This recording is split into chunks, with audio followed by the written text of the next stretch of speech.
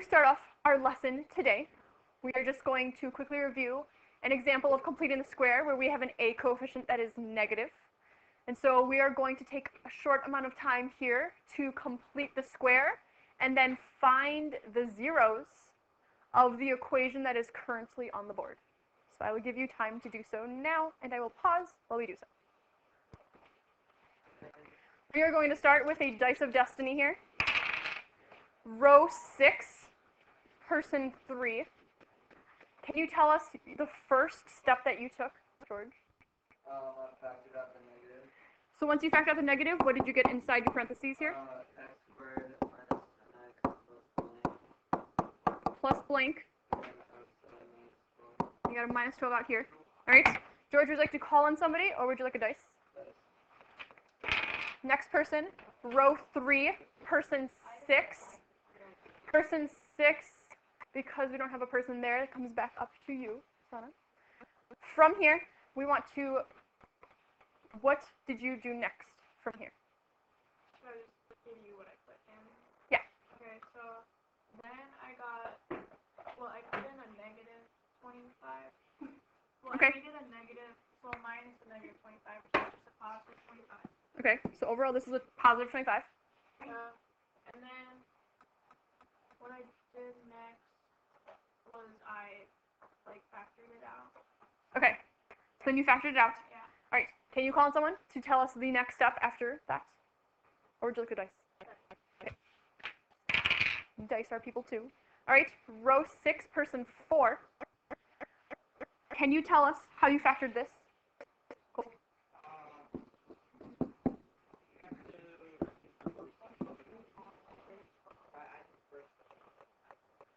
All right, just looking at this here, can you figure out what our factor here is going to have to be?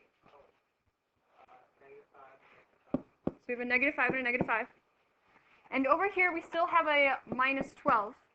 And I just realized that we forgot to do one thing. So Cole, can you call on somebody else? Or use the dice? Okay. Fausto, what did we forget to do during this step here? Make it 0. We don't need to make it 0 just yet. But here we added a 25. So what do we need on this side? Add a 25. All right, so let's look at this. We have a positive 25 here. We multiplied it by what came out here. And multiplied it by whatever was outside the parentheses. That gave us a negative 25 on this side. So since we have a negative 25, Foster told us to add 25 to this side, and he is correct. All right, so once we've done that, Foster, can you just quickly tell us what this will become instead of a negative 12? Positive 13. Thank you. All right, and then would you like to call on somebody to give us the next step? Or you can use the dice. Right? Yes? You've been chosen. What is the next step you took here? I combined terms such as y equals negative x minus 5 squared plus 15. All right. And we've got everything in vertex form, and that's the end, right? Not quite. Nate, can you call on somebody else, or would you like to use the dice for the next step? All right. All right. We're going to have to do like a no tag backs rule. We're going to have to add that in eventually. Minus, change the y to a 0, and minus 13. All right. So because we are now solving for the zeros, we changed y to 0, and now we are subtracting 13 from each side. So we have negative 13 is equal to negative x minus 5 quantity squared.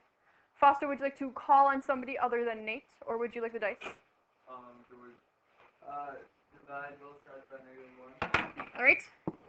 Dividing both sides by negative 1 now. I don't need that. If we are dividing both sides by negative 1, we end up with 13 is equal to x minus 5 squared. And then would you like to call on somebody, or would you like the dice? I'll do dice. All right.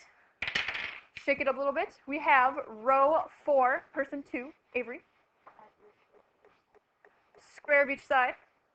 or square root of each side. Thank you. So if we have the square root of each side, and here, what do we get on the right-hand side? We have x minus 5, and because we took the square root of a square, we have our absolute value signs. Avery, can you call in somebody else? Why don't you move up here for now? And then we'll just leave that where it is. Okay, so Avery, can you please call in someone, or would you like the dice? All right. First, since it's in absolute values, what do we need to do first? It's absolute values. Our two cases. All right. Can you tell us our two cases?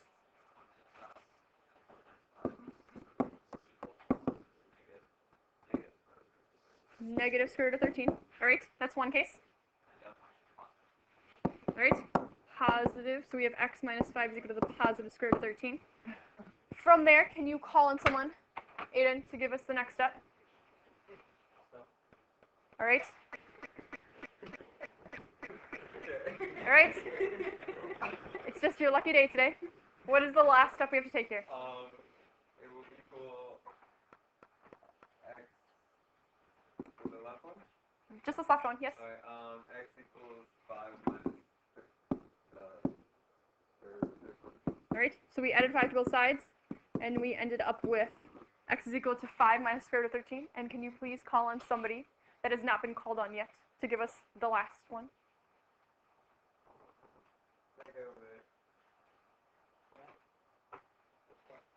All right. Ethan, what are we going to do for this last step over here? Yeah.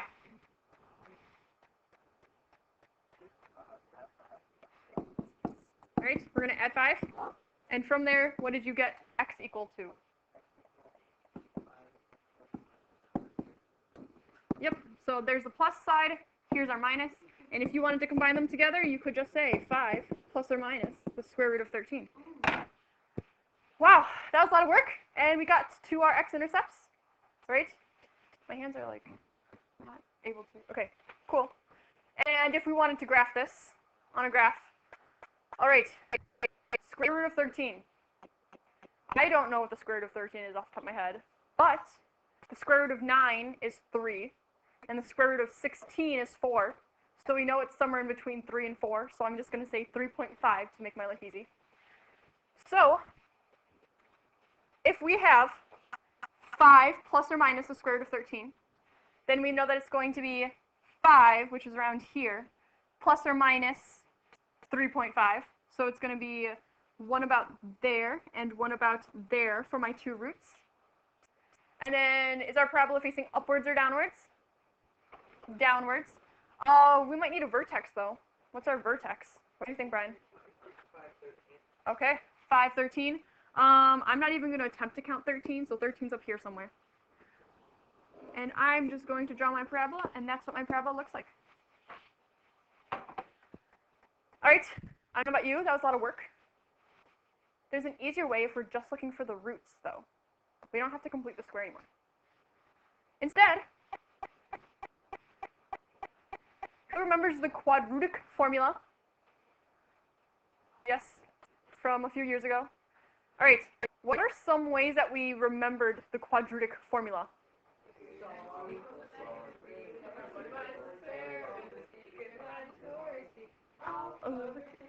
Okay, so you guys learned the pop, what is it called? Pop goes the weasel. You learned that version. All right, did anybody else learn it a different way?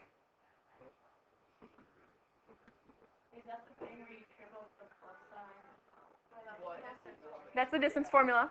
Wait, what? Right? Yes, not quite that one, but I don't know about you guys. Who here has watched Monty Python before? Monty Python and the Holy Grail. You know those monks that go around with the book and they just like chant and then they hit themselves with the book? What? Yeah, It's a thing. I remember that. Would you like me to pause the recording and show you guys a video? Yeah. All right, I will do that. I'm going to pause the recording while we show this video. Getting back to this idea of quadratic formula. The quadratic formula is super useful because if you are in general form and all you want to do is just find the roots, all you got to do is just put it into the quadratic formula. Hardest part is remembering the quadratic formula. I will warn you now, the number of people in honors pre-calculus that on their latest quadratics test said b squared plus 4ac was too many. Please do not be one of these people. Remember that it is b squared minus 4ac, right? So if we wanted to just solve the same equation that we did before using the quadratic formula here, all we would have to do is start with not an x squared, just an x. We have x is equal to, and then the opposite of b. What would b be? 10. Just have a 10. Plus or minus the square root of b squared. That's 10 squared. Minus 4 times a, negative 1. C, negative 12. All over 2 times negative 1. And if I give you a few seconds, right here, this is going to be the hardest part. If we have a negative times a negative times a negative, we will get a negative. Awesome.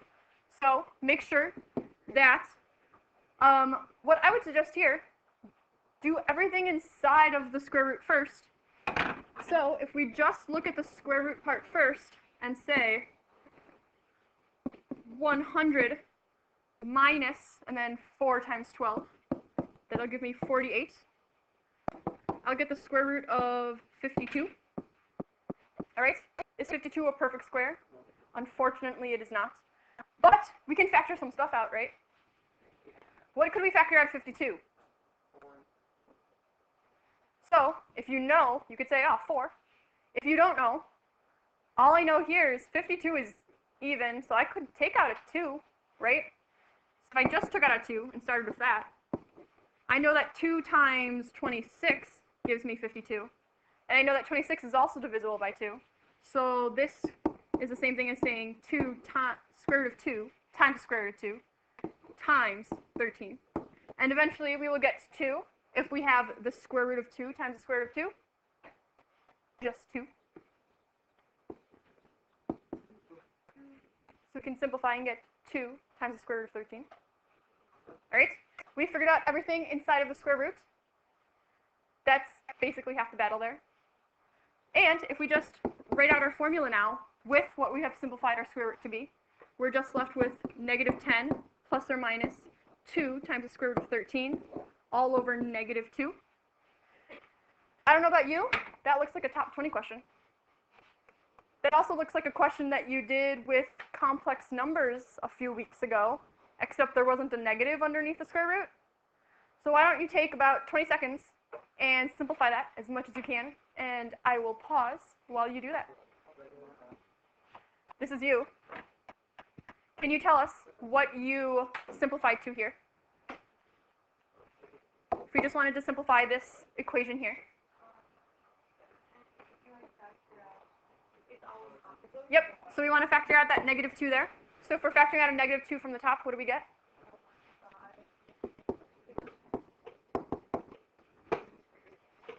Square root of 13. All right, and that's all over negative 2, and we just cancel out the negative 2's, and we're just left with 5 plus or minus the square root of 13. All right? If you have a plus or minus, then you take out a negative, are you still going to get a plus and a minus? Yes. So you do not need to change anything about that. So technically here, you have a 2, and then you took out a negative 2, right? If I were a super, very strict, you have to do it this way math teacher, I would tell you that the way that you would then have to write it is 5 minus plus the square root of 13. Hold on just one second. Sorry about that. All right. I would say you would have to write it this way so that you recognize that you factor out a negative 2. But this is just the same thing. It's just a minus and then a plus. And a plus or a minus doesn't matter what the order is. All right? So you can still write it as a plus and a minus. So that is how we are going to write it here. All right, my next. Right? Ha. Cool. So I don't know about you. That seemed a lot easier to me than completing the square. So if you're just looking for your roots, I would definitely use the quadratic equation as long as you can remember what the quadratic equation is. But that does not mean that I would forget how to complete the square, because you will need to know how to complete the square. All right?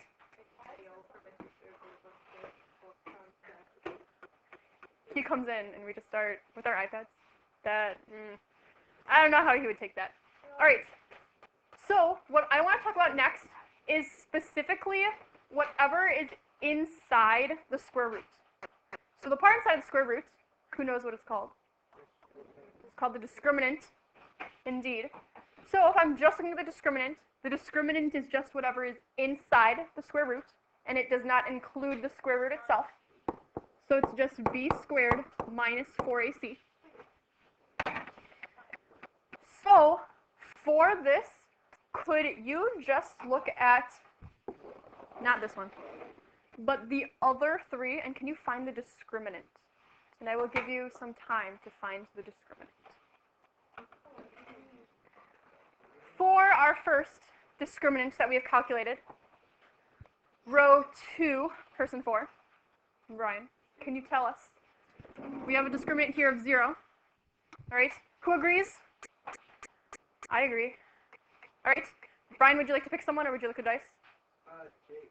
All right, Jake, do you have the discriminant for the next one? 196. Who agrees? All right. Applause. Someone definitely agrees with you. All right, Jake, would you like to call on somebody?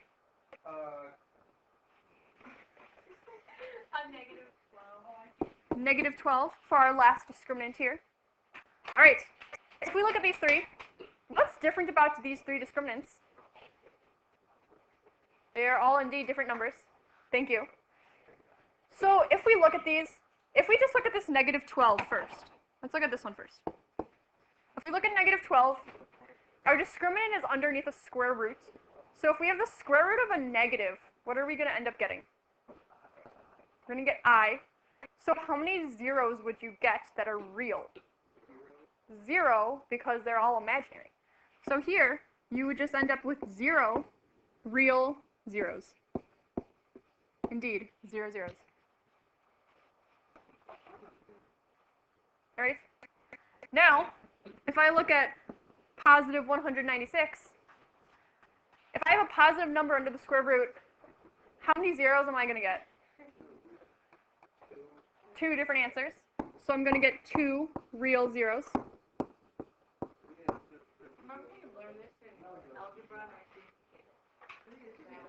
Now we get it. All right. I am including the real because you could make a case of, well, technically there are 2 imaginary roots for this bottom one right here, right? But we're talking about real. All right. Wait. We had a question? Yes? All right. Are we good? All right. All right. Show of hands, who has seen discriminants before? Who has seen these kind of cases before? All right. If you've seen these cases before, what happens if the discriminant is 0? You have 1 real 0. If you have 1 real 0, and you were looking at the graph of that 1 real 0, what will that graph look like? It will be a parabola. Where will the vertex of that parabola be? Right here on the line. Right? So we know that if our discriminant is equal to 0, you just have 1 0, and you have a parabola where your vertex is on the line. If your discriminant is a positive number, larger than 0, then you know that you have 2 real zeros, and that your graph is just a graph through 2 points on the x-axis. And if you have a discriminant that is negative, or less than 0, then you will have 0 real zeros. And your graph will just end up not touching the x-axis at all. All right. Let's do, would you like to do one, yes, question. Okay. Would you like to do one problem practicing this? Just one? Yes. What time does this period end? 40. 40? I think I think that you know, this is the same thing that we just did. Can we do something a little bit backwards instead? Yes. All right? It's not going to confuse you. This instead, Oh yeah. Can we do that? the previous one, No, this. No, there's a problem on the homework. Is there a problem like this on the homework? Yeah. All right, I believe it is a Schoology quiz. So if you would like, we can do the Schoology quiz version. All right, if it is number 5 and you are currently on number 5, can you just tell me what it says? X equals -5 plus or minus the square root of 13 all over 2. And you have to write the possible equation. All right, so from this is basically our two roots, right? From our two roots, we want to get all the way back to our original equation of y equals ax squared plus bx plus c, right? That's what we want to get back to. This is number 5 on your homework quiz, if you would like to get started on your homework quiz. All right? If I'm looking at this, in order to figure out what my general form looks like, what 3 values am I going to need? I'm going to need my 3 different coefficients here, a, b, and c. Since I need a, b, and c, and I have currently the roots, if I think about the quadratic equation, the quadratic equation is just x equals the opposite of b, plus or minus the square root of b squared minus 4ac over 2a. All right. Sorry. I'm not going to sing it for you because I don't know the song. Don't know how pop goes really goes. All right. But that is your quadratic equation for you. If you have this quadratic equation, you're looking at your answers here. Don't they look kind of similar? So if we were looking at this and we said, all right, we have to figure out the value for a. What would we do in order to find a? If I look at my quadratic equation, where does a show up? Right here? So if a is in the denominator here, and we know that 2a is equal to 2, what does a equal? A indeed equals 1. All right, next problem, we have to figure out what b equals. We know that negative b is right there. So if we have a -5 is equal to negative b, what does b equal? All right, those are 2 were pretty easy, right? Now we have to deal with c, though. If we are looking at c, we are looking at c right now. Do you have a problem here? Or are we good? Okay, so right here we need to find c, which is right here. But it's in the discriminant, and all we know about the discriminant is that it's equal to 13 overall. So if I call on somebody to help us set up this equation, row 6, person 4, if we are looking at this equation right here, how can we set this up so that we can get our discriminant of 13? We want our discriminant to equal 13. How should we write an equation to start this?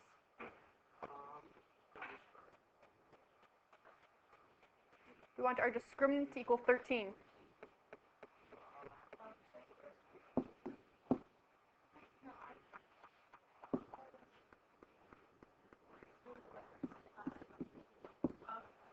So, since we want our discriminant to equal 13, and we know that our discriminant is b squared minus 4ac, we want to say b squared minus 4ac is equal to 13?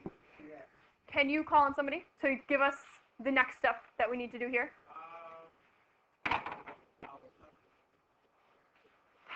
I apologize. All right. So from here, we know that this has to equal 13. What information do we know? All right. What else do we know?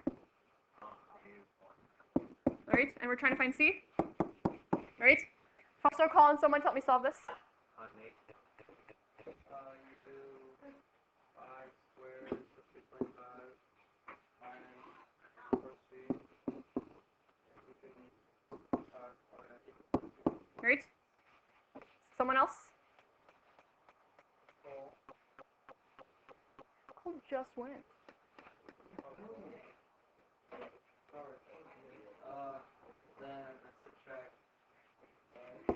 We're going to subtract 25 for both sides. What do we get if we have 13 minus 25?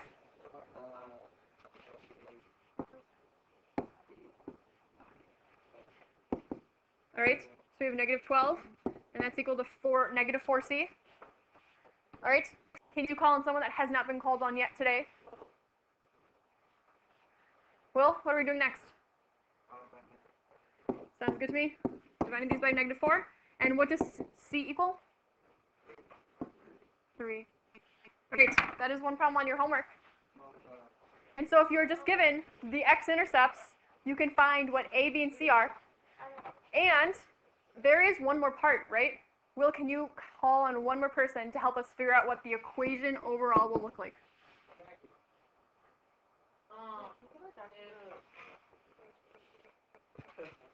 It would be. Oh. All right. Negative 5.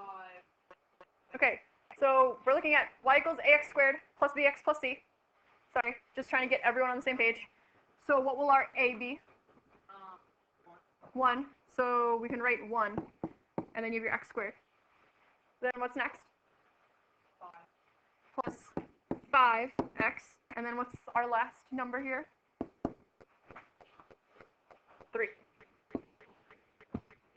So 1, 5, and 3 were what we found. 5 and 1. I think they're right. All right, so a equals 1, 5 equals b, and 3 equals c. And you just put them into your equation, and voila.